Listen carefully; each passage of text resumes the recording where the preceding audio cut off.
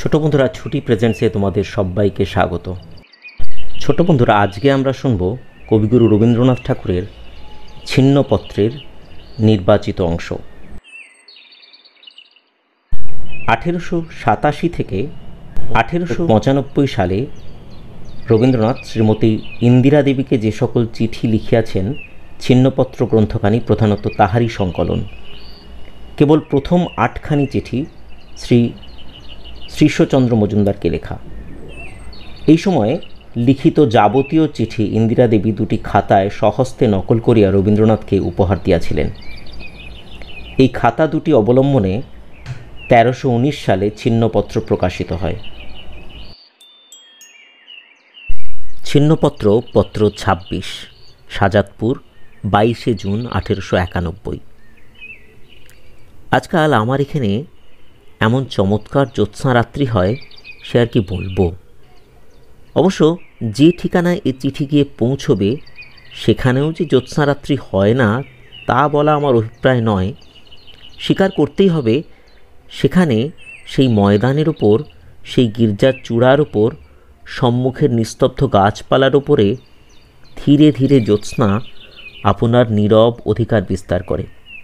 কিন্তু সেখানে জ্যোৎস্না ছাড়াও অন্য 5টা বস্তু আছে, কিন্তু আমার এই নিস্তব্ধ রাত্রি ছাড়া আর কিছুই নেই। একলা বসে বসে আমি যে এর ভিতরে কি অনন্ত শান্তি এবং সৌন্দর্য দেখতে পাই, সে আর ব্যক্ত করতে পারিনি। একদল আছে, তারা ছটফট করে জগতের সকল কথা জানতে পারছি না কেন। আর একদল ছটফটিয়ে মরে মনের সকল ভাব প্রকাশ করতে পারছি না কেন। মাঝের থেকে জগতের কথা জগতেই থেকে যায় এবং অন্তরের কথা অন্তরেই থাকে। মাথাটা জানলার উপরে রেখে দিই।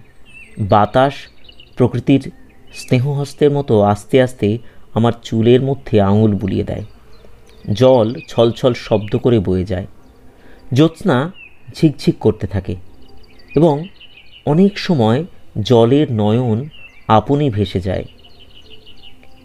অনেক সময় মনের আন্তরিক অভিমান একটু স্নেহের স্বর শুনলেই অমনি অশ্রুজলে ফেটে পড়ে। এই অপরিতৃপ্ত জীবনের জন্যে প্রকৃতির ওপর আমাদের যে আজন্মকালের অভিমান আছে, যখনই প্রকৃতি স্নেহ মধুর হয়ে ওঠে তখনই সেই অভিমান অশ্রুজল হয়ে নিঃশব্দে ঝরে পড়তে থাকে। তখন প্রকৃতি আরও বেশি করে আদর করে এবং তার বুকের মধ্যে অধিকতর আবেগের সহিত মুখ লুকোয়।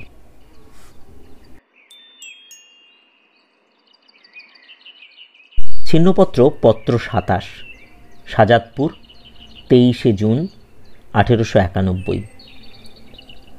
আজকাল দুপুরবেলাটা বেশ লাগে। রৌদ্রের চারদিক বেশ নিঝুম হয়ে থাকে। মনটা ভারী উড়ু উড়ু করে। বই হাতে নিয়ে আর পড়তে ইচ্ছে করে না। তীরে যেখানে নৌকা বাঁধা আছে সেইখান থেকে একরকম ঘাসের গন্ধ এবং থেকে থেকে পৃথিবীর একটা গরম ভাব গায়ের ওপর এসে লাগতে থাকে। মনে হয় এই জীবন্ত উত্তপ্ত ধরণী আমার খুব নিকট থেকে নিঃশ্বাস ফেলছে। বোধ করি আমারও নিঃশ্বাস তার গায়ে গিয়ে লাগছে। ছোট ছোট ধানের গাছগুলো বাতাসে ক্রমাগত কাঁপছে। পাতিহাঁস জলের মধ্যে নেমে ক্রমাগত মাথা ডুবোচ্ছে এবং চঞ্চু দিয়ে পিঠের পালক সাফ করছে। আর কোনো শব্দ নেই। কেবল জলের বেগে বোটটা যখন ধীরে ধীরে বেঁকতে থাকে তখন কাছিটা এবং বোটের সিঁড়িটা একরকম করুণ মৃদু শব্দ করতে থাকে। অনতি দূরে একটা খেয়া ঘাট আছে।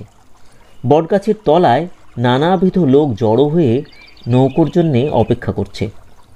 নৌকো আসবা মাত্রই তাড়াতাড়ি উঠে পড়ে। অনেকক্ষণ ধরে এই নৌকো পারাপার দেখতে বেশ লাগে। ওপারে হাট, তাই খেয়া নৌকোয় এত ভিড়। কেউ বা ঘাসের বোঝা, কেউ বা একটা চুপড়ি, কেউ বা একটা বস্তা কাঁধে করে হাটে যাচ্ছে এবং হাট থেকে ফিরে আসছে। ছোট নদীটি এই দুই পাড়ের দুই ছোট গ্রামের মধ্যে নিস্তব্ধ দুপুরবেলায় এই একটুখানি কাজকর্ম, মনুষ্য জীবনের এই একটুখানি স্রোত অতি ধীরে ধীরে চলেছে।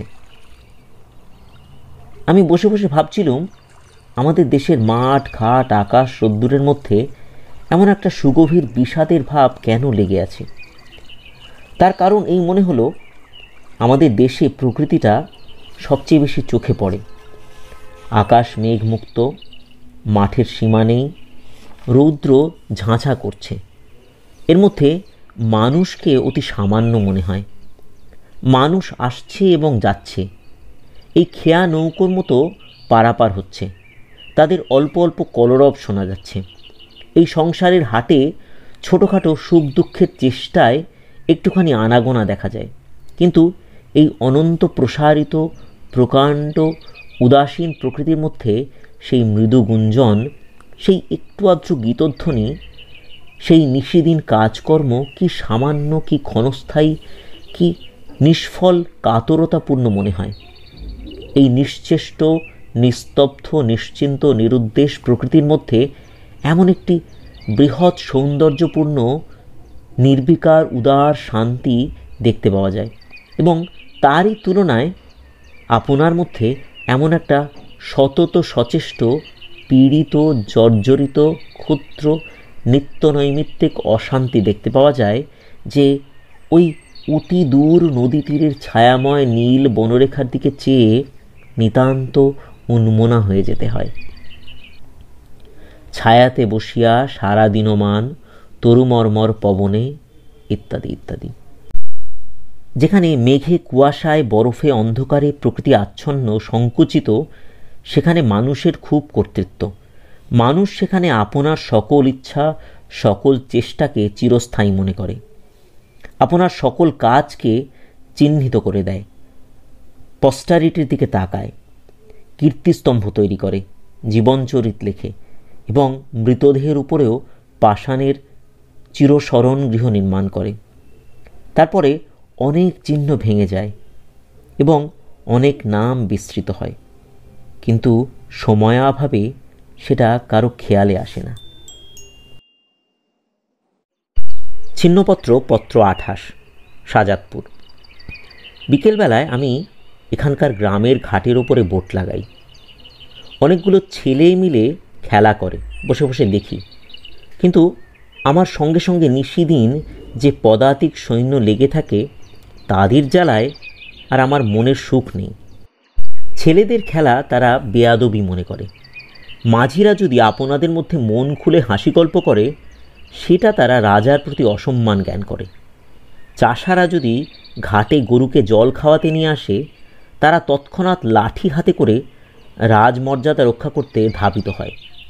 অর্থাৎ রাজার চতুর্দিকটা হাসিহীন, খেলাহীন, শব্দহীন, জনহীন, ভীষণ মরুভূমি করতে পারলে তাদের মনের মতো রাজ সম্ভ্রম রক্ষা হয়।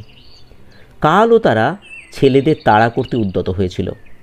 আমি আমার রাজমর্যাদা জলাঞ্জলি দিয়ে তাদের নিবারণ করলুম। ঘটনা হচ্ছে এই, ডাঙার উপর একটা মস্ত নৌকার মাস্তুর পড়েছিল।